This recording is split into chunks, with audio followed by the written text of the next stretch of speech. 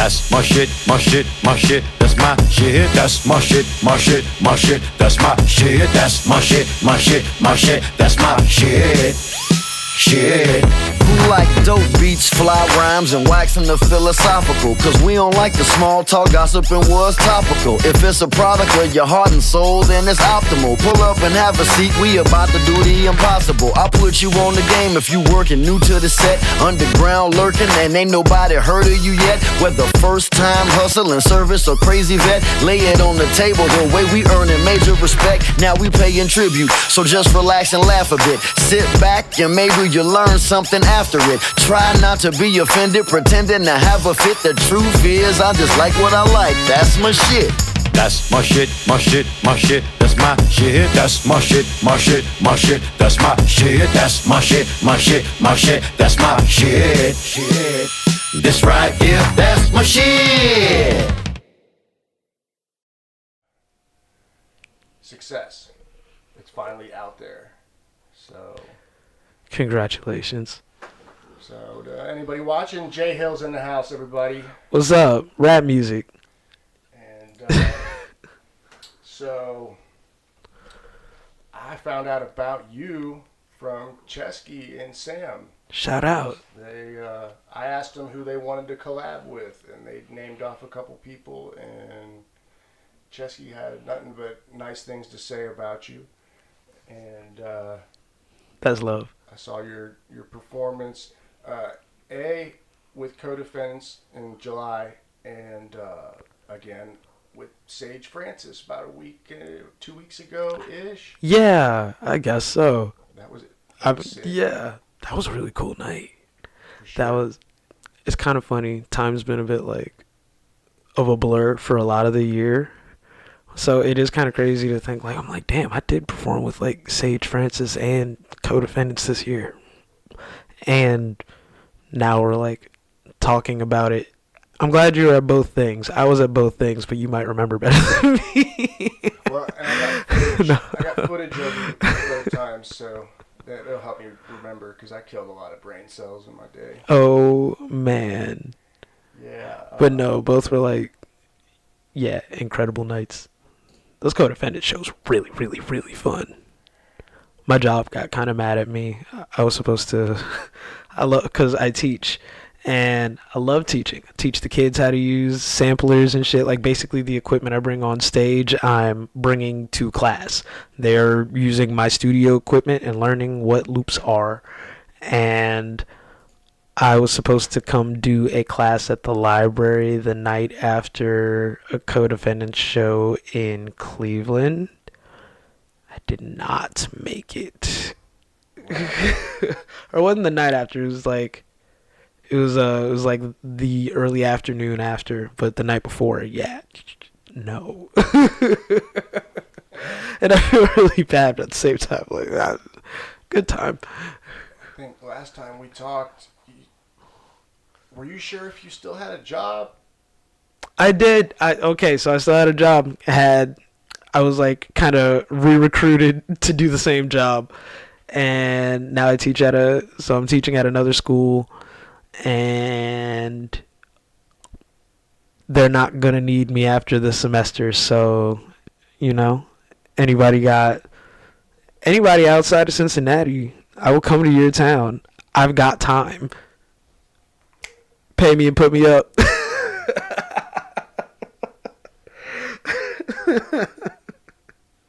Because that's just what it is right now. I'm about to probably do some delivery gigs and, keep teaching, finding other things to do, keep hustling or whatever. But shit, if I can travel, that's really the goal. That's what I'd like to be doing.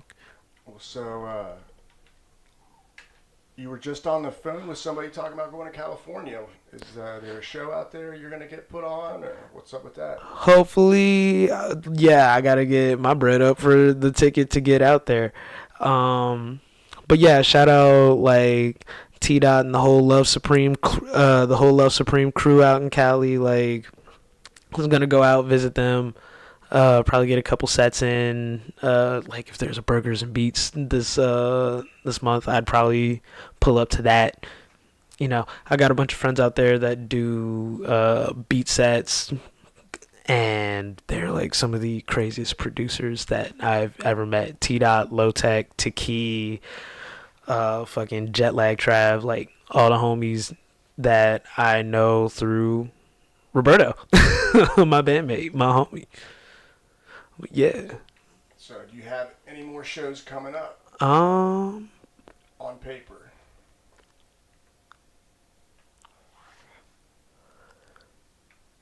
got one. Ooh, still rescheduling the show at Everybody's Records and rescheduling the other show that got canceled last week. Which one was that? Dude, we were supposed to be at the library, and things just kind of got. We're supposed to perform at the library because we're commemorating like our album being like installed in the Cincinnati music display that they have on the staircase at the new wing at the library. And I'm headed to the library right after this, funny enough. I'll be there. Go to your library. But yeah, no, there's just like scheduling fuck ups. That's just kind of what happened. So now we have to do it later. Well, at least But this didn't get scheduling fucked up again with, technical dude, issues. everything's been getting moved around lately. But I've been very sure that I want everything that's getting moved around. So I'm not really that worried about it. I mean, you're getting out there. Yeah. So that's what's important, in my opinion. So, something I wanted to... Oh, wait, so last time we met up, I asked you about the gig you did with, like, the orchestra, and I think you ended up... Didn't you cover Not Like Us with a... Yes, I did. And, In a real extravagant jacket that I got from Hybrid. Shout out to homie Shauna in Northside. What other stuff did you do other than that song? So the selections were by like the other homies in the hip hop orchestra. I think we ended up doing we did Gangsta's Paradise. We did the next episode. We did Mac Miller's What's the Use. And I say the other names I guess everyone knows Gangsta's Paradise is Coolio. The next episode, Snoop and Dr. Dre. What else did we do? Diamonds from Sierra Leone, by Kanye. Okay. Late Registration, best album. I'm actually not much of a Kanye head, but was it? There's not as much reason to be as there once was. Well, I listened to College Dropout because Kendrick told me to. And he was right to. It's a great album. No. 808s and Heartbreaks when I got dumped and I made a post online asking for breakup music. And so they're like, you need to put that one on. That actually is a good album for that. Yeah. It was a really good winter album period. Had many nights in high school just sitting and sulking to 808s and Heartbreak. Yeah. It was a time. Easy to do. Yeah. But at the same time, there's big moments on it too. RoboCop, the big lead up and breakdown towards the end is magnificent. I love that song. Paranoid is one of the best pop songs of the 2000s. Fuck you talking about? I love that song. Yeah, no, there's a lot of really cool stuff on 808s and Heartbreak. I might run that. I was listening to Rap Ferreira and Fumitake Tamura on the way here. Talk to people like you and Chesky. It makes me realize I don't know near as much about hip hop as I thought I did. Dude, Chesky knows him. Check out the homie Rory. They like as his name. Like rap is his initials. So, yeah, he's just like a very excellent rapper. He's a reader. He's a poet, producer, blues artist. You know, Crow Billiken. Like he does a lot for the. I don't know. I think like spiritual side, the spiritual explorative side of like underground hip hop. It's like real cool, introspective, like cloaked guild rap, but it's also like I don't know. It also feels like a good breath of fresh air. Like it's a good first thing to listen to. You know, when you wake up, he's good morning music. I need to start taking notes. Where do I start? With Rory? Is Rory? Yeah, Rap Ferreira, like RAP, and then Ferreira, FERREIRA.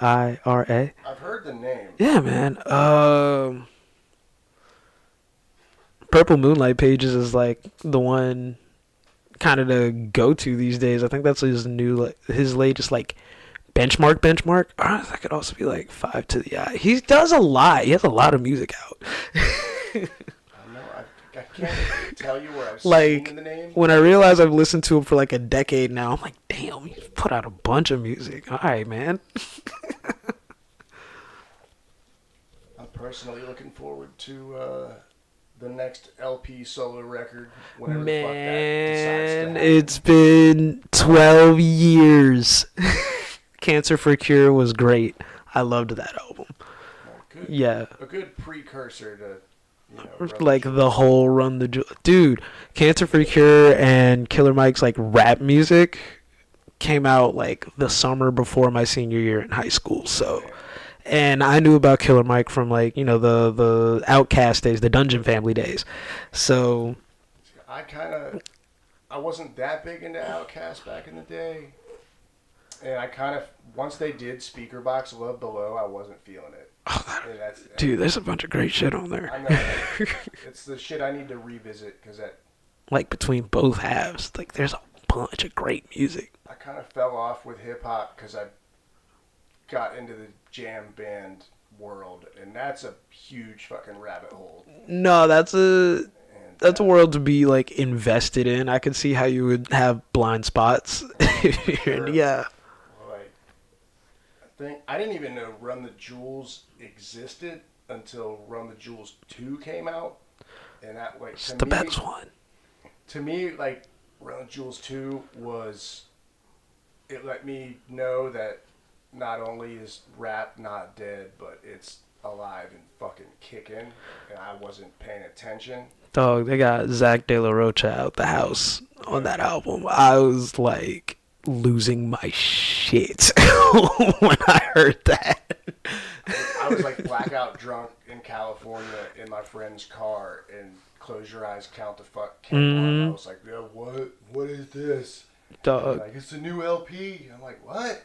Okay, well, I guess I'm back into it. Yup, and like much love to Gangsta Boo, her verse on Love Again, insane. I like you ever heard the deluxe edition? There's like 2 extra tracks, I think. Maybe. There's a track called, I think it's Blockbuster Night Part 1. I don't think I've heard it. There's guest verses from Wiki and Despot on there. And that's like my Despot. That's my jam. I don't know what the deal with Despot is, but I heard rumors that he won't put out his album ever because he doesn't want to incriminate himself. That's the comment was wild. Like, I mean, I don't think that stopped a lot of people, but I don't know. I thought about it because I read up on him, and he owned a nightclub that was really like successful. And yeah. Then, like stopped, and I was like, was he like the powder connection for all the rappers that were coming into his nightclub and shit? Somebody said they're like, he won't put out that album. They're like, House of Bricks. I was just about to say, have you heard House of Bricks? Like, maybe, you know? Like, he never seems to be rapping completely. I mean, like, he raps in first person, like, I want to say half the time. just going off my memory. He does that thing Doom does, like where he refers to himself as him, and he to kind of like, you know, talk about to kind of make a story, to kind of build a world, to not make it like, yeah, you're connecting with me, the rapper. It's like, all right, no, so now we're both watching the scenario happen. And we can both like, yeah, be engrossed in the feeling of what's going on here. You don't have to believe your favorite rapper did any of this shit. Right. Yeah, it kind of blew my mind when my friend told me that the feds had a special department to consume hip hop, and now I'm like, they got algorithms to do it for you now. You don't even need an agent to Man. lyrics, which is fucked up, but I mean, it's got to be true at this point. No, I don't even Bugs out know. of prison or jail, wherever they were holding him. Dog, I'm glad he's out, but that man is on probation for 15 years. That's insane. And evidently, That's. he can fly. He can still leave the country, is what I hope he does. I hope he does. I wish the best for him, for real. I'd probably go to Paris and just never come back. Yeah, man. I wonder where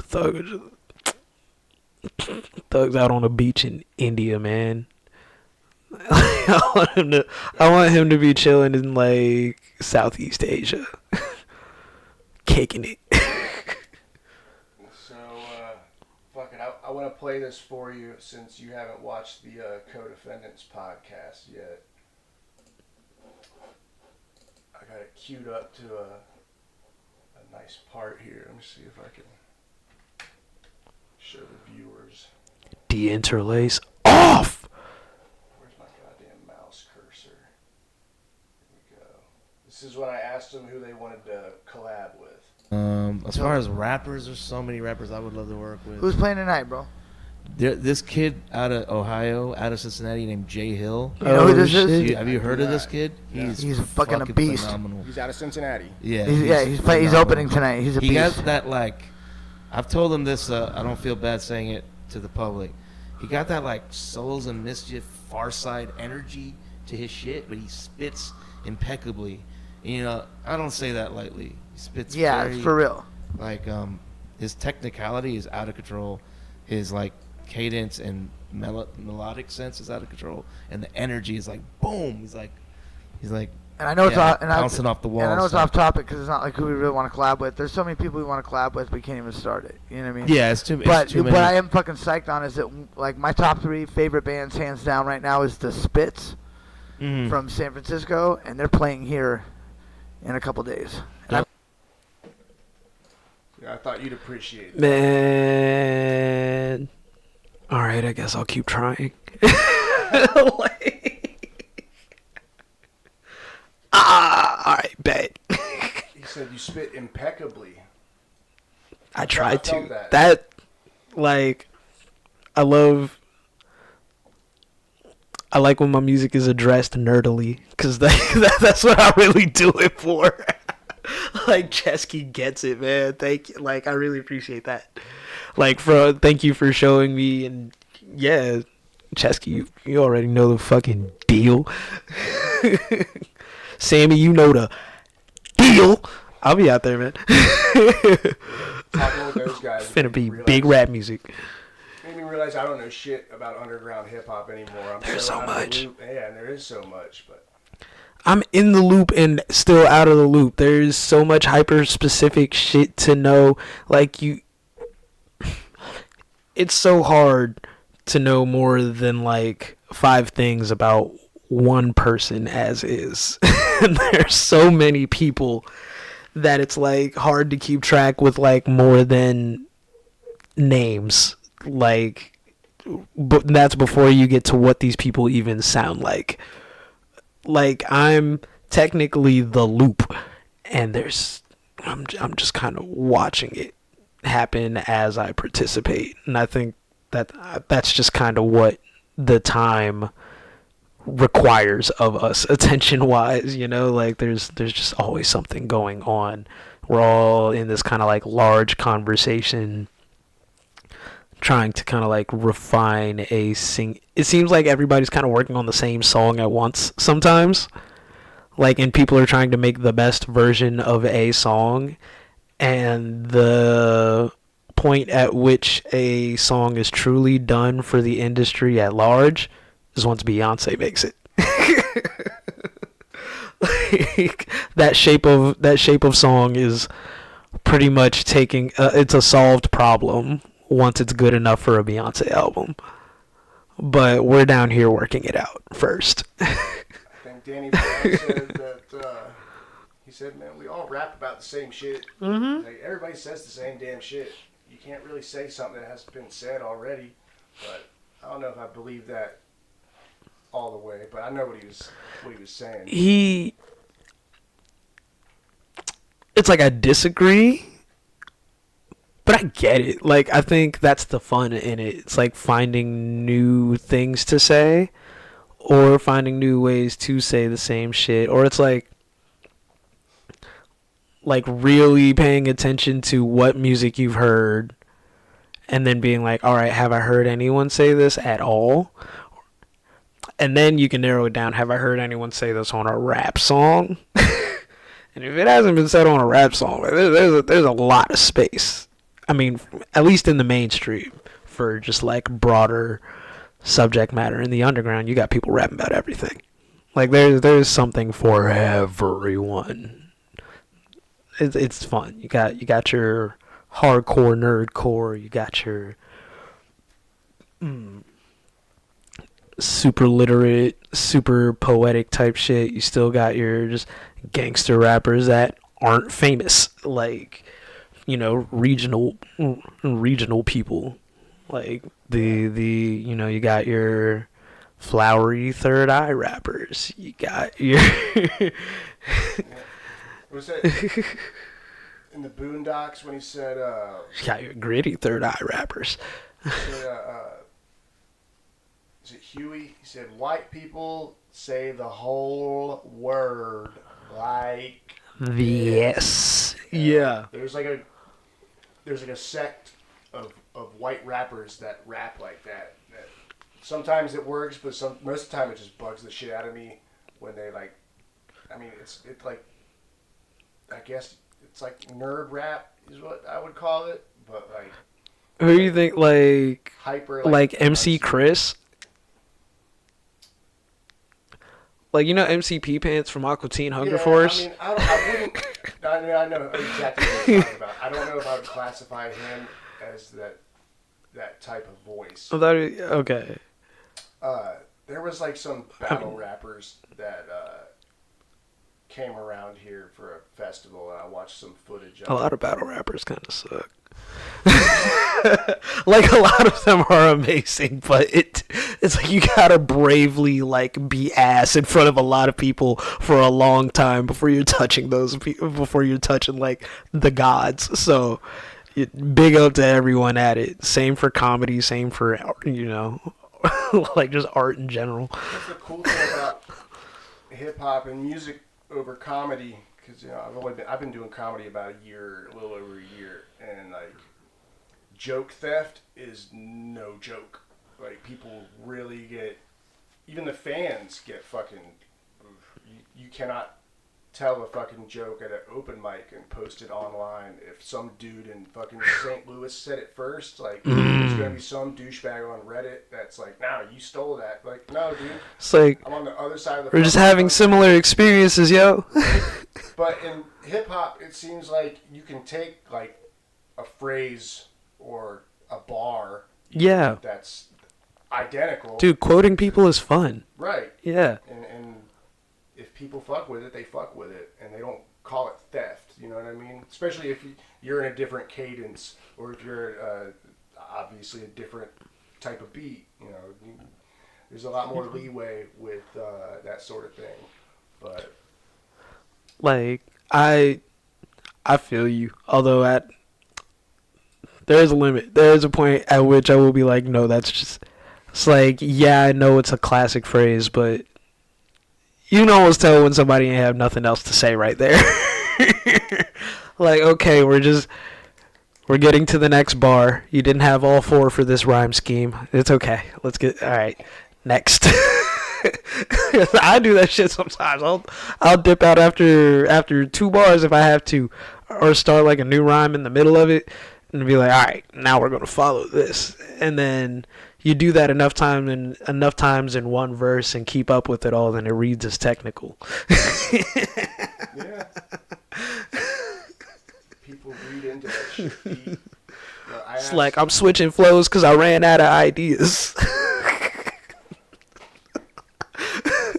Well, it's funny you said ran out of ideas, because I was going to say, I asked Sage the other day, it's like, are you still a vegetarian? I was like, this is a dumb question, but you a vegetarian? He's like, he went into his whole like spiel on the different parts of his life when he didn't, was vegan for a short period on tour with other dudes that were vegan and whatever. But I'm like, the only reason I ask is because you got that one bar where he says, no chicken, not even fish. And he was like, I regret to this day saying that, because it was a throwaway bar.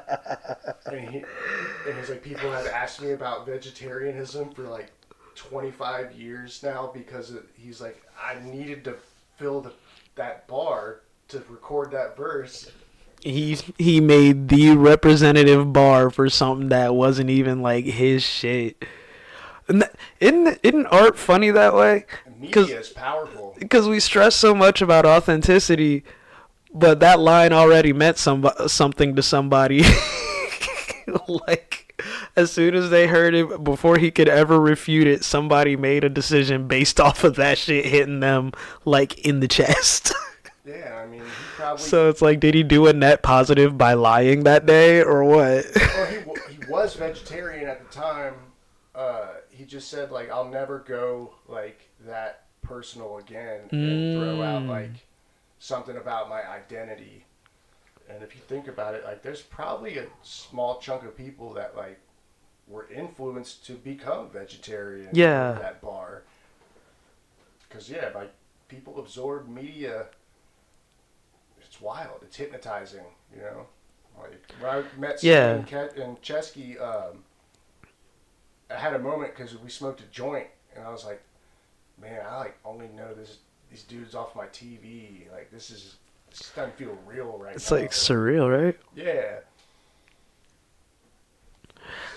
Man, yeah, I guess I can talk about this now. I probably should talk about it, because if I talk about it, I will be so forced to do it, but I'm working on a book.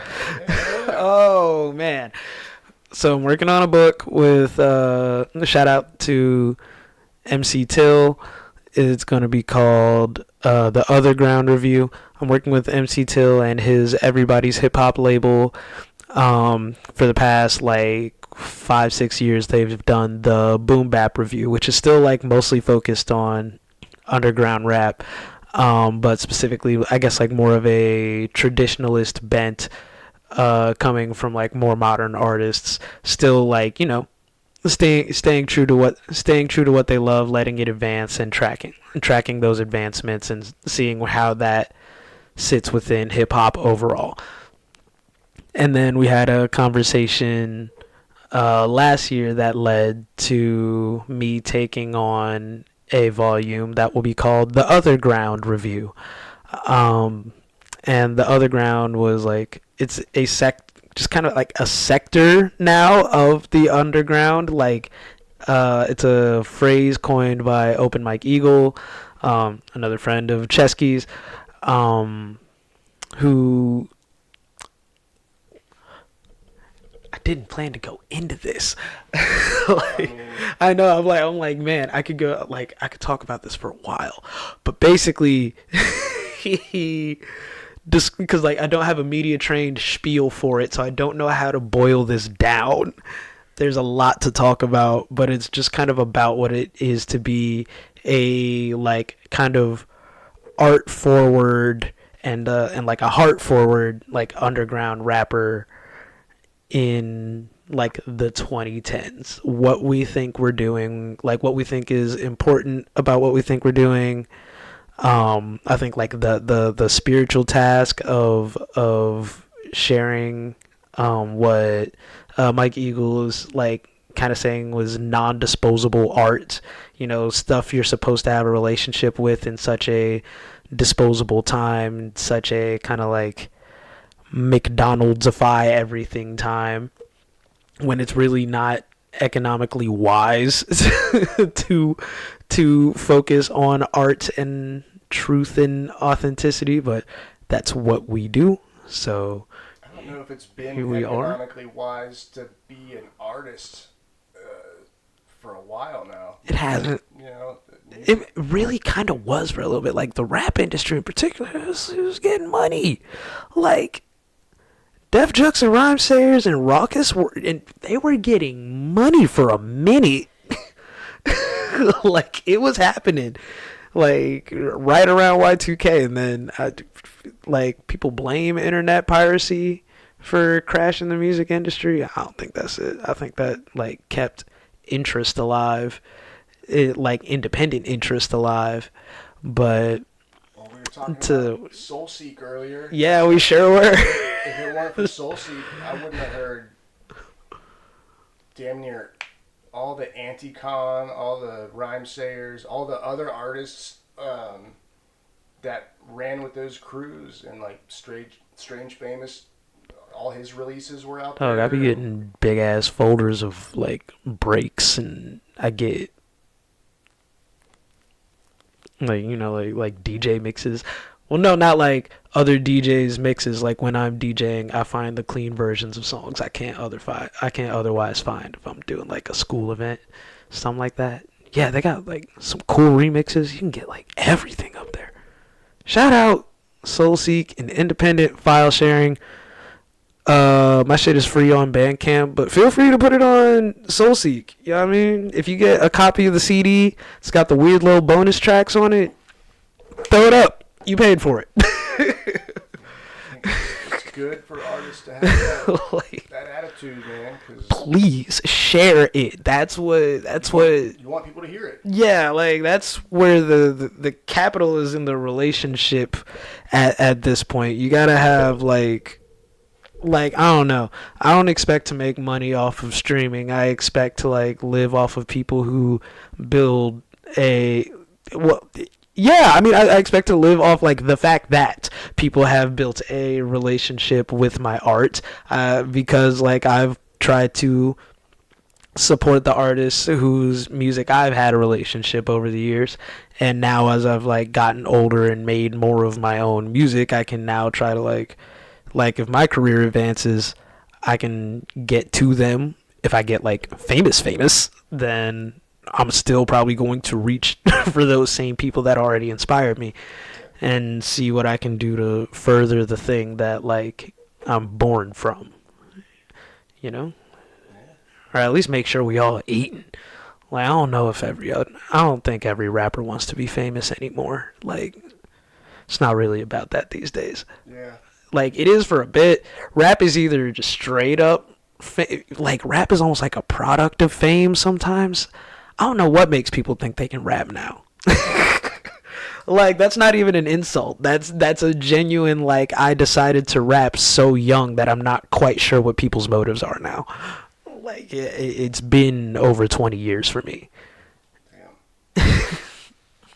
Yeah, I think I started playing guitar when I was 9 because of Green Day. Yeah. And really, I can pinpoint the exact moment that I wanted to start making music, and it was Green Day on the VMAs, and I was like, that looks fun. Mhm. That was it. I want to have fun. So yeah, I just like the music that my dad was playing in the car. I like the cool dudes on the TV. It was like I want to be Busta Rhymes. I want to be in the fisheye lens, doing the ha ha ha ha ha, ya ya ya type beat. Like I love that shit.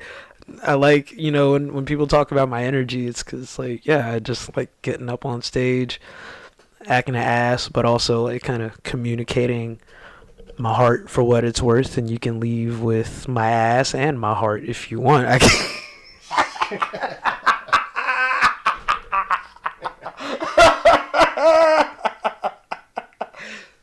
Pause.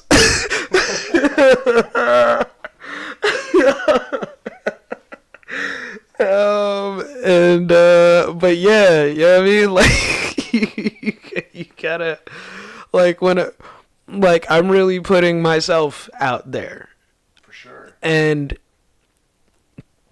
the more time you spend in music, the more you learn, or at least in the art industry, like the world of people trying to, do more than make music. You start realizing you don't have to put your whole self into really any of it to get things done. So it's a choice to like try this hard and to sweat like this. And there's like I think there's a real magic that is born of putting a piece of yourself into your art and then sharing it, and then the other people in the room being able to feel your energy and throw it back at you, and you create this magical feedback loop for a little bit. Like, I value that a lot. And it's like I hope that artists care about that. I hope that audiences care about that as well, because I've been to a couple shows lately. I went to this hardcore show in Columbus. Shout out MS Paint, y'all kicked ass. Damn, who are the other bands that played? I'm really bad with names, because everybody that went up was like super tight. But like, dude, it's a hardcore show, and it was at Scully's. Oh wait, no, not at Scully's. Where the hell did I perform with Co-Defendants? Ace of Cups. So back at Ace of Cups with the homie Ezra. We're seeing these bands play, and these are like decently internet famous like hardcore bands. Like, it is not an empty room by any stretch of the word. There's only space because there's supposed to be people moshing, and there just wasn't. Nobody was crowd killing. Nobody was. Like, maybe one person at a time. I'm like, there's a dude standing here with like a 2-foot spiked ass mohawk, and I'm like, you're gonna let him be the craziest thing going on right now? You're gonna let him standing there be the peak of the night? What the fuck is going on? These people are really up there. Like the musicians really were giving their all. Like, I put none of the deadness of that room on them. I don't know if it was because it was like a Monday or Tuesday night or what, but that shit was dead in a way that like affected me. I'm like, why does the audience not care enough to like catch a vibe right now? Because there's like, the music was impactful, like the sound system was good. Like, Ace Cups did great in, presenting the music. The bands did great. No technical difficulties.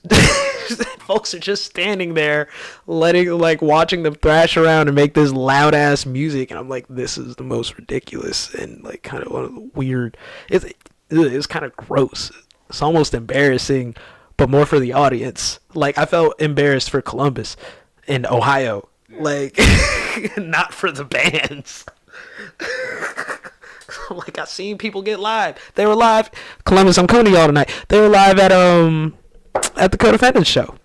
Audience was great at the Co-Defendants show. Everybody there was super nice. People were moving. People like everyone was involved. Cursed Rosie killed it. I know I did my thing. Co-Defendants, I still be in the crib like, we are all we have till it's all we have. Goodbye. Like, that shit was amazing. Y'all better be on that shit tonight. Me and Oscar Goldman getting busy. So, where are you playing tonight? It might be back at Aces. Hold on. No, it's not. It's the Rambling Room. Rambling House. The Rambling House. At like 8? Yeah. 7. At 7. So Doors at 7? Doors at 7. So I gotta like leave here and go finish making merch, and then at the library, and then head to Columbus to do that. And yeah, phrase I've heard a lot lately is energy transfer. It sounds like that hardcore show. There wasn't much of a transfer back. Yeah, it's like they weren't open for whatever reason, and I don't know why. It was sad. Do you like metal hardcore shit, or would you just go? I love hardcore shows. Because I make rap and I care about lyrics so much, like I can't always hear the lyrics as well in a lot of like metal and punk albums, so I'm not listening to it as much on my own. Cause yeah, like I just like chatter music. But live is a different thing. I fucking love seeing them live. And when like you know you gotta like drive fast and stay awake. Gotta throw on some Zulu. Gotta throw on some Soul Glow. Me and Ezra, we went to go see. Let's see, haven't seen Zulu yet. We saw Soul Glow. Saw Show Me the Body. We saw Mannequin Pussy. They're also with Soul Glow. That's a great name. Great name. Shout out Wi-Fi God, who's with Show Me the Body and Soul Glow in Columbus. It was a great show that day too. I don't know what was going. Like, this is no shade to Columbus because I've gone to so many good shows in Columbus. That night was weird though. It's strange making loud music for a bunch of good kids, you know? Like no one's in there wilding. It's fucking weird. All I can think of is Mastodon. You ever listen to them? A little bit. So like, I hadn't been to a heavy show in years, and I went and saw Mastodon, and they fucking rip, super technical, super fucking heavy. Yeah. And the crowd just stood there, and it was weird. It was weird to me. But I mean, at that point in my life, I was like not wanting to mosh. I wanted to listen. I wanted to absorb the technicality of these incredible musicians on the stage. But everybody was doing it. Like, there was only one drunk motherfucker that was like, "What's wrong with y'all?" Like. It's so funny because there's technical shit that goes hard. Have you ever heard the band Yes? Oh yeah. Imagine people moshing to Yes. My dad actually became friends with Tony K, the keyboard player. Really? Yeah. That's sick. You want to know how they met? How? On a Republican message board in the 90s. And he didn't know. Dude, alright, so dig this. My dad went on a trip to D.C. Oh my god. I swear to God. My dad, shout out, Dad. He went. Shout out. Shout out my dad as well. He spent like multiple days in D.C. with all these like geriatric Republicans, and I think it might have been before Bush in 2000. It had to have been. But he spent like multiple days with Tony K until like they all got up for breakfast, and then Tony didn't show up, and my dad was like, "Well, where's Tony at?" They're like, "Oh, he sleeps till noon every day." My dad was like, they're in their late 40s, early 50s. Like, what?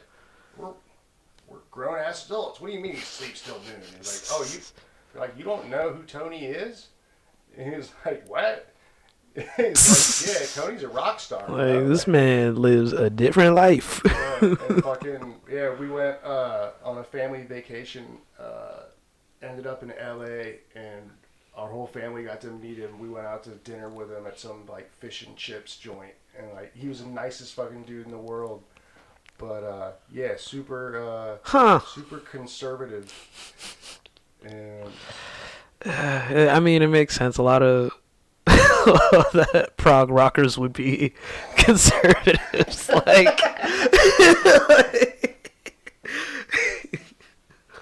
it's like, because it's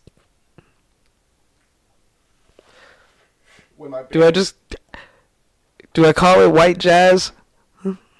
That's fair. I mean, like yeah.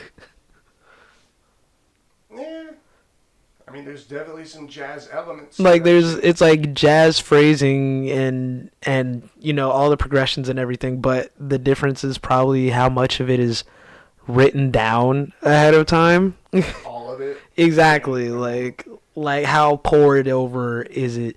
I mean, like a bunch of jazz artists like arrange strings and such, but I don't know how far. Yeah, I don't know how far a lot of their performances were like mapped after that. Like other than the recording, which is probably like the most intentional they were, and even that has like moments for solos. Like usually once they play it live, it's a completely different song, and they're just like, yeah, that's the vibe. Did you ever listen to 80s Yes? Nah, not really. That was like the Tony era. I think he was on the early shit, left and came back, but the 80s Yes was. It's 80s. Yeah, they have the. You already know. Weenie. I think 90125. I think that's the record that they blew up off of. Is it the gray one with the cool cover? I couldn't tell. With the graphic design is my passion. A little yellow, green, red circle on the gray background. Like minimalistic. Yeah. I think that's it. I haven't heard it, but I like the cover. I like Close to the Edge. No, wait. Yeah, I like Close to the Edge and Fragile, because Fragile's the one with Roundabout on it, and I'm a fucking nerd. I heard that song in JoJo's Bizarre Adventure, and that's how I found out about Yes. Close to the Edge is fire. That's a really cool album. Yo, shout out King Flex. He and I are no clue. He's a producer from Jacksonville, Florida, lives up in Cincy now, and yeah, like he's like a real Yes fan. Like that man knows what's up with some Yes. Also, like no clue, we are also two of the four members of like Patterns of Chaos. Okay. That's me, Stalls, Roberto, and Flex, and yeah, like that's been POC has gone through like multiple lineup changes since our birth in like 2017, 18. And how many ex members? One. Okay. It's just we went from basically 3 to 2. It's always been me and Stalls. Then we had a cellist. Then we didn't have a cellist. Now we got Roberto and Flex as well, and our live sets are really fucking cool. Roberto's who came up with you at the Sage show, right? Yes. Yeah. He's on Riverside. We have so much. It's funny how much music we have together and how we also don't have that much music together because we talk almost every day. He engineers my music. We back each other up on stage. We know all each other's shit. He's like one of the premier engineers in the city. Tap in with my boy. You get you sounding nice. And he's one of the nicest fucking MCs ever. Dog, Roberto's crazy. Me and him going back and forth, like that's scary shit. That's real rap music. You had a Patterns of Chaos thing, EP. Chaotic Good, baby. That's the album that was being commemorated at the library. Okay. Yeah, we put that out in 2021. We recorded it at Radio Artifact when they first converted the place to a sound space. To a sound stage. My homie, we sat and watched most of that live stream you guys did from Radio Artifact. Oh, sick. Yeah. Excellent. I'm glad you enjoyed. Yes. After I saw you with Co-Defendants, I told my boy about you. I was like, let's check him out, see what's on, what we can find. Now, do you got any new things on the horizon as far as a release that you're looking forward to dropping? Yeah. Personal, solo, group, otherwise? All right, so me and Flex's project, No Clue, the album that I think we settled on a name, but I'm not going to say it yet. We've been working on it for like 10 years because we've known each other like through, we met on 4chan back when I was in college. Well, we were in college. Yeah, I was at OSU, and like, I don't remember what school he was at the time, but yeah, like he's in, like, yeah, he was still in Florida at the time. We've just been homies. He sends hell beats. I'll send back verses when my brain works. And we've just been putting together this album of sounds and raps that feels like a love letter to all the underground music that we love, and it's like all the songs have been performed for years except for like one, and it'll just be really cool to have them all out. We've now started on the next batch. Is he located here, or is he? Yeah, he's in Cincy now. Okay. But yeah, No Clue album coming. Pause. I have more songs that I'm working on for kind of like an extension of Sienna. I think it'll be called Magenta. Is it a sequel or a requel? Might be like a requel. Okay. Like, you know, same thing plus like I don't know. I'm still trying to figure out how to structure it. I'm just making shit right now. And because I'm like, with Raw Sienna being the last song on Sienna, like, what the fuck is track 6? So it's like, do I restructure it and go with my original plan of like still having that be the last song, but now it's track 10, and all 5 songs that we know now have now been like, it's now padded out. We could do that, or I drop, you know, just here's 5 more songs. That's just where I'm at now. But or maybe like something in like a parallel format, probably parallel like shape, you know, start and end similarly. So I've heard this on the internet. You're the first artist in the flesh that I've met who's been botted. You want to talk about that? Yeah. Fuck you, Spotify. Fuck you, Spotify. So they took my shit down.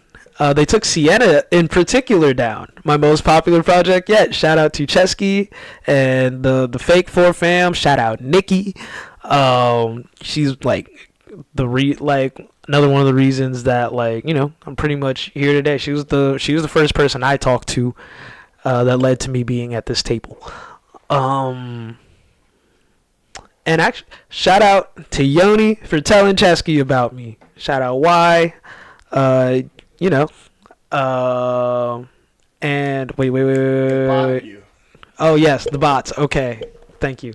Is this real shit? I think No, this needs so to be talked about. here's yeah, because I'm trying to figure out how to get into it. You got an email? Well, you just. I don't even know if it was that. I got like, so a bunch of people get botted. There's these like AI playlists. I think this one in particular was like out in Sweden. They particularly look for like artists with like not that many plays. And it's interesting that this is a problem that sprouts up right as Spotify is announcing that they plan to demonetize any songs under 1,000 plays. So, with bots going around to artificially boost these plays, Spotify can now punish you for having your plays artificially boosted. And now that project is no longer on Spotify, and I've just been too frustrated to put it back. It's not like Spotify has like an immediate help number I can call to dispute the case for real. There's a couple buttons in the app, but like, I don't know. I guess I don't feel like as an artist that my work is like protected or appreciated in the field where it's supposed to be like sitting. Like, I don't trust Spotify with my music right now. They have the rest of it, and like all the other streaming services still have Sienna, and it's also still free on Bandcamp. It's also still on physicals. You know, I make the CDs and cassettes myself, so there's plenty of ways to still get it, and I'll feel way more helped out if somebody does pick up a physical, but I see the worth in somebody being at least able to find me in Spotify. But I don't know. Like, it doesn't really matter to Spotify if I'm found, and they're a multi-billion-dollar corporation, so maybe they don't have to care that much. But I don't feel particularly encouraged to try with them, or really any streaming service from this point, because all that shit barely amounts to anything. I feel like most of my fans are like kind of in person anyway, so that's why I'm like, I just kind of need to travel, like post to social media, I guess, and I already hate doing that, but just get in front of people, get on stages, and get around and put CDs in hands and in houses. You know, that's where I'd rather be. I don't really need to be saved. You're gonna, playlist saved. You lose access to me as soon as you don't got $10.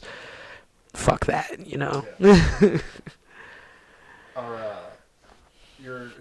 Sienna's the only release that this occurred to, or happened to. Yep. Took the whole project off for one song getting hit. Didn't ask me about it, just took it off. Are those songs still available on like Instagram Reels and TikTok and shit like that? You can make Reels. You can. Yeah, good question. Yeah, you can make TikToks. You can meme them to hell. Remix them. Hit me up. I have a Sienna, like specifically the raw Sienna stem pack. If you want the remix stems from the original like 20-minute recording that turned into the 10 minutes on the album, there you go. The remix that exists right now is from Robert Inhuman. Shout out Real Aside. Shout out to all the work he does in the name of people and humanity. Free Palestine, free Sudan, free Congo. Keep making noise. Keep fucking shit up. Well, they wasn't going to help you with that if Kamala won anyway, so we still got to do this work ourselves.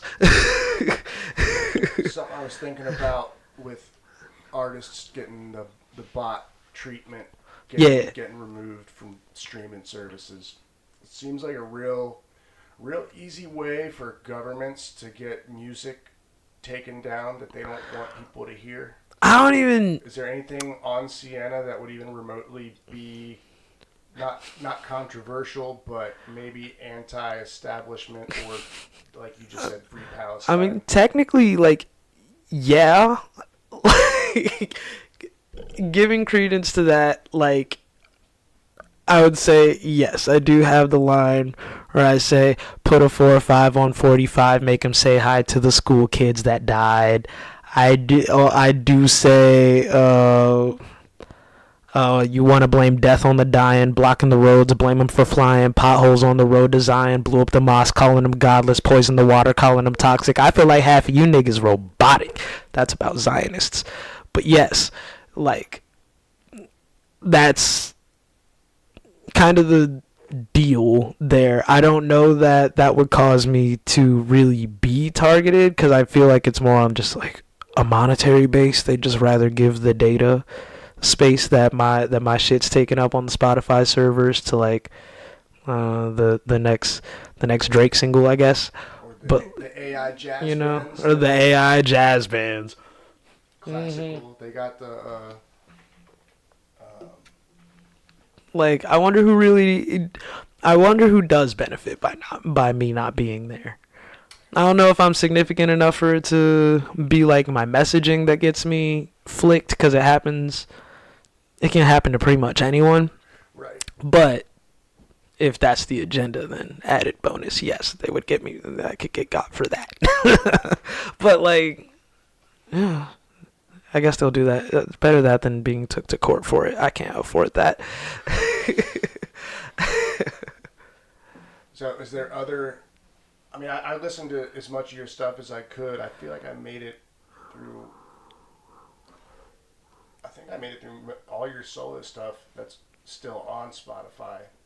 But I don't want to say conscious hip-hop. I kind of hate that term. Because I feel like all hip-hop should be conscious. But clearly there's... You sexy reds out there and your... yeah, you can have your fun, you know? Yeah, but... I don't know. I guess I'm wondering why they targeted that particular album. When I say they, I guess we should say the bots. Right. The bot or Switzerland or wherever. But you damn blondes. It's funny that they've linked these bots to a country where the U.S. like can't do anything about it. There's no jurisdiction or there's no like streaming police that can have your back or go. Like One that. Like I don't know if there's a big enough artist union to take on this yet. Hit me up. Let's start an artist union. Call somebody with more organizational skills than me, but I'll make a song about it.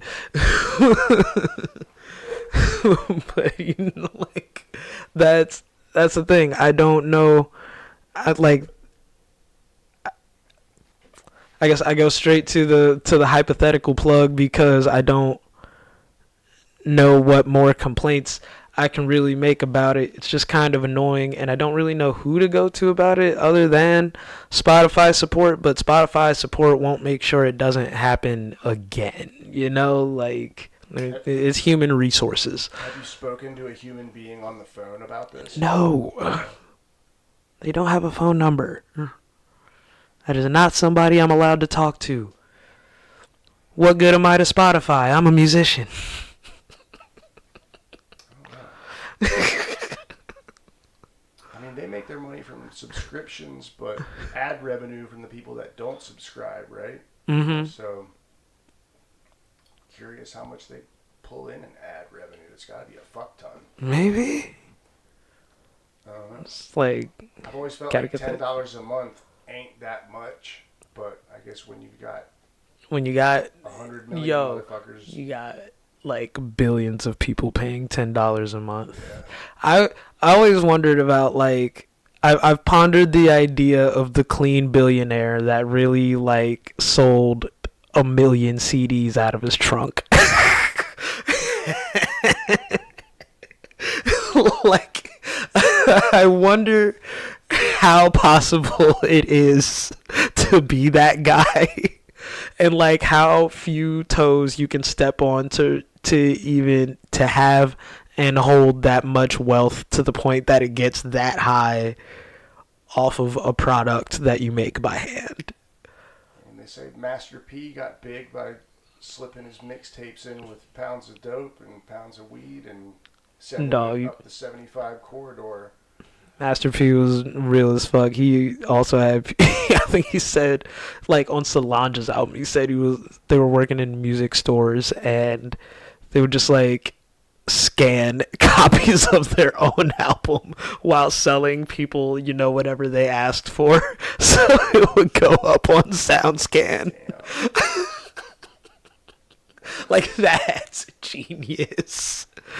That's probably what they're trying to stop. I say, fuck it. That's not real anyway. Like, so, like, let artists get their groundswell, man. Like, people only, they get mad when people do it for themselves. When you find out how the industry, like, games things in their favor, like, we get taken down. So, I don't know. It's a sick world. Free market my ass. They own everything now, just about, except for the little guys. Yeah. So they get you in a contract, maybe. Right. I don't know. Shout out Fake 4. They do not have me in a contract. They just kind of post my music. They posted Sienna for me, and now more people know about it than if I had posted it myself, and that's really cool. Oh yeah. And so they don't distribute it? They do on Bandcamp. They like they'll sell the records from their location. Like, I sent them a box of physicals, and now I don't have to do the mail anymore. Okay. That's nice because I was taking forever. Shout out Mo Nichols. He's on top of that. And yeah. Does he work in the shipping department of Fake 4? Yeah, he's who I had to email. So, when did Fake 4 link up with you, put it on their Bandcamp? It was last year. It was for their Freecember series. For last year, Nikki hit me up probably in like January and was like, "Hey, yo, we do a weekly release in December to, hype folks up. You want to do a thing?" And I was like, "Yeah, I got you." I did not have a project ready, but I'm like, I can get 5 songs ready in a year. I did not get 5 songs ready in a year. But I had the pieces that like I had been working on, so yeah, I assembled those. I think I made Jason Hillard and Raw Sienna in October when that album was due, like late October, early November. We got that shit in late, but it was ready for release on time. Got some clips done with the homies Javon and Klaus, and it's so far the most legit album rollout I've gotten to do thus far. Now I need to do more videos. But yeah, that's what happened. Fake 4 hit me up. We got the thing out. Now I gotta make more. Do they take a cut of any Bandcamp sales? No. Like no digital sales? Nah. No? That they post it for me. That's what's up. They took care of it for me. Plus, like, I make my own physicals, so it's like it's not like they gave me an advance and a budget. It really was just like, hey, yo, we got you. And now I'm a real underground rapper. Certified. It's certified, dude. I'm out here. So is that has that given you new connections with other artists that you've working with, or established a rapport, maybe doing shows in places you wouldn't have been able to get to? Well, I got to do 2 shows with the Co-Defendants this year. Yeah. That was tight. But really, like, it's still new. Like, if I'm real, I'm not pimping it like I could yet. Like I said, I still got to do more videos. Like, I'll get more out of it when I put more into it. I'm trying to do too much at once, so nothing's getting done. But man, so next year y'all gonna hear all about my 2023 project. It's good music. I don't care. Do you have any visual concepts for these videos you said you need to make? Yeah, there's that blacked out White Castle on Winton. I want to do a video in front of that real bad. 'Cause it's the Black Castle, man. We've started on some clips in front of that. Riverside, I really want to do a video, like, by an actual river. Maybe do like I don't know, weird like little baptism scene. Like, that song is inspired by, like, imagery wise, the birth of Venus. Like, that's why I said, like, roll a spliff. I was like, Roberto, roll a spliff in a fig leaf, because like in the Bible, the fig leaf was like the first thing they covered their shame with, when Adam and Eve discovered they were naked. So I'm like, hey dog, get me my crutch. I need to lean real quick,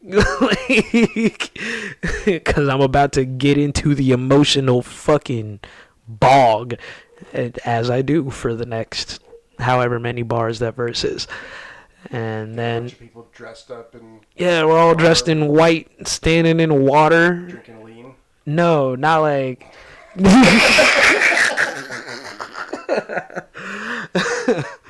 Remember when leaning meant standing at an angle?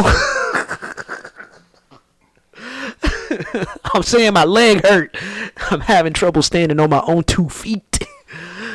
I need my friends and my trees. That's what that song is. Like, hey, I'm trying to be confident about love, and I need to slow my brain down and spill my guts for a little bit. So I do. And then Roberto comes and joins me in doing that, because that's what we do on the phone all the time. Smoke weed and get real honest. Like, that's a good friend. Tell jokes until shit gets real serious, until it's not serious again, until it's just like over the pandemic, that's all it was for like 3 hours a day. And I made so many phone calls during the pandemic. man, Just right back to no. Dog. I do not answer the phone. Yo, Back is to it. is Roberto, Tony, and Bree, who's now my wife. How long you been married? A month. Oh shit! Yeah, it's tight. Damn. It's been really Congrats. fun. Thank you. I feel like we talked. It must have been 2 weeks then. The last time I saw. Yeah, you. we were engaged I for think we 2 talked about it, weeks. but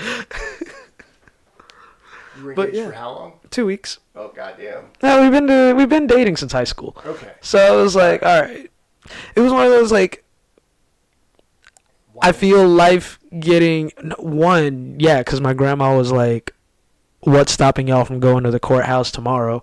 And for a long time, the answer had been my own anxiety. So I was like, "Well, I guess if I face that, then what answer is there?" Shit, there's nothing behind that. You want to go for it? So now we're going for it. And so she was like, "Wait, really?" 'Cause she been waiting on me, Yeah. you know. So you live together? Yeah, And how long you live together? 3 years. Okay. So yeah. So now it's like 3 years of like adult relationship. Now, so I'm like, okay, in my head, this is our new base. This is like we have a foundation, but we start here now because of that foundation. And I finally feel, I don't know, comfortable in myself. I had like a couple years of feeling like, even though like, yes, we lived together, but at the same time, a whole bunch of things were just changing in our lives. So barely had footing on like who I am and how I feel. And Sienna itself is me kind of getting my brain back into my body, having opinions and feelings again, Yeah. and sensations and wanting to create and communicate. It's like, yeah. And I'm still like resparking the spark the rest of the way, but definitely better than it was in 2022. But yeah, another part of that wake up is getting married. Get married, write a book, make an album, I guess. I don't want my classic to be based off of like the big breakup. A lot of classics are based off the big breakup. I like her more than classic albums. I've had to make the decision there. Yeah. Well, I think you made a good decision to wait. All my friends, whenever they tell me they're about to get married, my first question is like, "Do you live together yet?" Like, I've been married, divorced. Do you know this person? Exactly. Like the thing I tell everybody when they say they're engaged, I'm like, you move in with them now, live with them for a year, 1 year. 'Cause that's when you really get to know a motherfucker. Is when you're in close quarters. Yeah. You learn all their disgusting habits and all the things that piss you off about them. They get to know you and all your flaws. You know what I mean? So you got that shit. That's been done. She done seen me in full depression mode, and full tweak mode, full happiness, full, like, that's the thing. We can still experience these like peaks of joy so long into like knowing each other. It's worth holding on to. Like when I realize like the lows are never that low. They really aren't. Like we really work shit out. We talk. We hang out, we like each other, we love each other. Like, that's my wife, yo. That's my homie. Yeah. So far so good. So since high school, When how old were you when you got together? I was, hold up, I know the math, because it was May 2012, so I was still 16, turning 17. Yeah, we were both 16, turning 17 that year. You're 30? Yeah. Okay. No, okay, wait, so then we had to be 17 and 18. Hold on, because I'm 30. It hasn't been 14 years. We met. Oh, Jesus Christ. Oh, Jesus. Oh, yeah, so because I was a junior. She was a sophomore. And then we're 4 months apart. Okay. Like, in terms of age, but yeah, like. So the obvious next question is, little Jay Hills walking around when. None of that. Not yet. We just got married. We both need a few years. We want to like pull some things off. We want to like see the world with like, so far with no kids at home. But I totally look forward to being a dad. Because I love my parents. Like, I love my dad. My dad did a good enough job of being a dad that I want to be a dad. And, like, I don't take that lightly. Yeah. So, teaching is good enough. See them kids a couple hours a week. I hate kids that aren't mine. I love my kids. I love that they aren't mine. I don't know, man.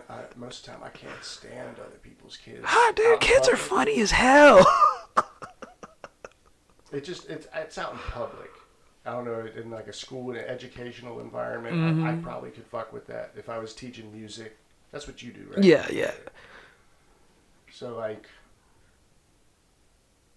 talk about that a little bit. What do you? So you were telling me last time we met that you were showing them the MPC and how to. Yeah, because my dear SPD died. But yes, I showed them how to use basically like tape machines. I try to explain, how 4-tracks work, how, cassette is like a highway. You got 2 lanes going towards you and 2 lanes going away. But with this machine, you can hear the lanes going in reverse at the same time because it's for people that make music, not just listen to it. Because you see, kids, music doesn't come from Spotify. You got to make it. And, yeah, it's just kind of like using samplers to give them kind of like a tactile experience with sounds they know and like sounds that they don't know, and giving them like a sense of rhythm. I want to get a new drum pad. I really miss having my SPD. That was the machine you saw me with at the Co-Defendants show. It died at the show. Like, that was the next night. Yeah. And y'all can see, like, in that video with me and Zeta when they came and backed me up. Shout out, Zeta. Thank y'all so much. They're amazing band. Like, they're fucking killer. But yeah, But, like, at the end of that video, you see me trying to revive the machine because it's really dying on stage. And it had not come back after that. But, yeah, I was letting the kids play that.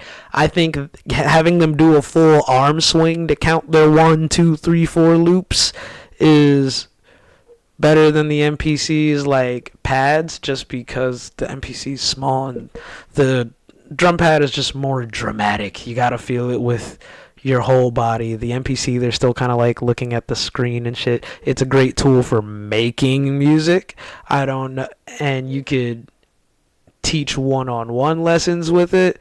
That SPD though, that's a whoosh. That's a big dramatic piece that feels like communicable from across a room, so that kids can watch each other do it and all do it. And but like, they want to get to it bad on any of the machines. They are all just like, can I touch it? Can I hit it? And I'm like, oh my, if you move your hand, I just want to like pop them on the forehead like my little siblings. But I'm like, you're not my child. Move. I want to keep my job. I know it, because I'm not trying to even hurt them. It's just like the big brother, like, move. Like, yeah, because, like, I got 3 little brothers and a baby sister, so it's like I'm used to being around kids and kid media, even though, like, I hate children's music. That shit is terrible. But, like, and then it's funny because I still want my music to be, like, edgy and whatever. Yeah. Like, I want to make music that says fuck and tell the kids how much they don't have to say fuck in their music. Like, you really don't have to. Mine does though. Like, you'll be okay. That's not what makes you cool, but I have a point. So, cursing like, in moderation. Exactly. Like, just know what words mean before you think, like, that's what makes a song good. You know, like, knowing cuss words doesn't make a song good. Having a super wide vocabulary doesn't make a song good. It's about how you put it together. It's the package. It's the point. It's the, it's the communication. And then it's how the beat behind it can, like, help convey that impact. Get you like, so what? Well, what type of shit did your old man listen to when you were a kid? Was he into hip hop? Yeah, a whole bunch. Listen to a whole lot of the Roots. Oh yeah. He's the reason I know about Kanye. Kanye, Jay-Z, the Roots. I was a big like Busta Rhymes and Missy fan. He played a bunch of them. There's Talib Kweli and Mos Def. Black Star. I was like, oh, like one of my being a Cincinnati rapper. It's so it's man, it's so funny talking about just like the relationship between Cincinnati hip hop and Talib Kweli, but that is like literally not my business. But in 4th grade, I did like the verses of a Christian rap song over the beat to Get By. You write your own lyrics for it? No, they were Toby Mac lyrics. If you I know that name. Yeah, man. You got a song with Bootsy. And I did the verses from that song, actually. Yeah, because I really like that beat. I really liked To Get By when I was a kid. The Quality album, that shit was hard. Is that the one with Dave Chappelle as Nelson Mandela at the beginning? I think, yeah. Yes, it is. Feel the rush. Feel the rush. Gorilla Monsoon rap was fun. Oh man, my dad put me on to Linkin Park. Oh wow. That's what he was. So he was on OK Player. So he knew about like Jurassic 5 and Little Brother. But Jurassic 5 in particular comes up because like Charlie Tuna was on and a whole bunch of people were on the Reanimation album in '02. So that was my introduction to Linkin Park. I had no idea about Hybrid Theory.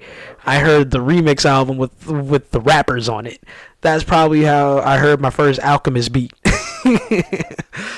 I fell off with Linkin Park right after before Hybrid Theory was even done, because they just kept releasing singles off of it, and it got. Yeah. I was into Linkin Park when they were supposed to play Bogarts with Cottonmouth Kings, and I think I might have had tickets to that.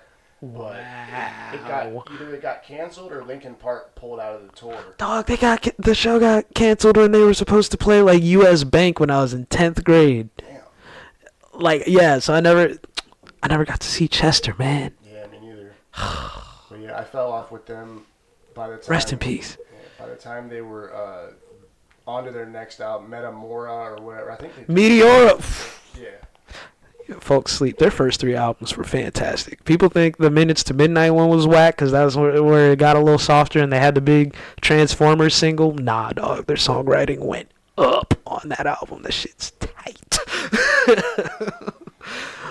The way you talk about it makes me want to listen to it. It's a good record. You gotta separate it from like the crowd you imagine it with. Like, let it be music. It's good music. I still have to do that for a lot of shit. I'm very guilty of it. But Linkin Park, love them. Reanimation though, dog. Who else is on that album? Planet Asia was on that album. Like Mike Shinoda really put on for underground rap. He gave Pharaoh Monch, Charlie Tuna, Black Thought, and like an Evidence and a whole bunch of other people like a double platinum record. Like that shit's crazy. That's what I want to do. Like if my music takes off to that point, my favorite musicians will still be my favorite musicians. I don't so it's like, how can I use my resources to make my favorite music now that it's in front of me? That's what that sounds like to me. Damn. Well, now I gotta fucking put it on my list. There's so much shit I haven't checked out yet, but. And some of it still might read as like early 2000s, like new metal butt rock type stuff, but like it hits for me because it's got a whole bunch of trash can banging sounds and drum breaks and shit. That's my steez. I don't know. This is the suburb I grew up in, and it was such a. Let me see. I was gonna say such a toxic environment and so cliquey that I was into Korn and Limp Bizkit before they were huge, and then all the kids at school that I hated started listening to my music. So I went away from it, and I went and found other fucking music. The kids I hated never cared about my music. You're lucky. They never cared about the things I liked. they're like, even as an anime fan, they did not care about like most stuff outside of, you know, your Dragon Ball, One Piece, Naruto. Like, that's, yeah, there's like a whole world that you can really have to yourself if you dig in. Shit, I saw Blink. I wish I had more people to talk about some of that shit with. And sorry, I'm crazy rude of me. Oh, you're good. I have an appointment at the library soon, and I want to make sure I'm not late for that, because I'm late like all every time. Yes. I'm late for everything. All good. No, but I was gonna say I saw Blink 182 at Bogart's when I was 13 for $13, and then fucking before Enema of the State came out, and then everybody loved them, so I had to hate them. Of course. It's like, no, you know who I slept on? Like, as a rap fan, this is insane to admit, I was not there for Lil Wayne's ascent. I liked Go DJ. I knew some of the singles. But I didn't care enough because I was like, oh, he still raps about shooting people. I'm not listening to that. I did like the full wit of his lines had not made their way to me yet, because I was always going more for like messaging than wordplay coming up.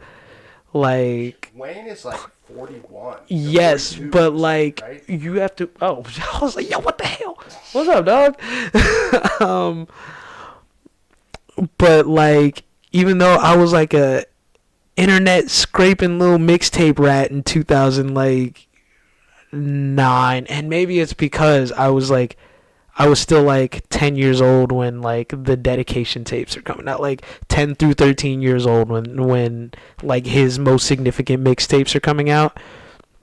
My friends who listen to explicit music at this point are very into it. I'm not allowed to. And I'm just keeping the peace in my house. I wasn't allowed to buy Doggy Style because it's called Doggy Style. But yeah, like, so I never bought I wasn't downloading the Wayne tapes. I had my Lupe Fiasco though. Someone I slept on only until recently, because he started giving Aesop Rock a bunch of props. Yeah, and they got that song together. Inside of a box. It's just another box. That Pumpkin Seeds.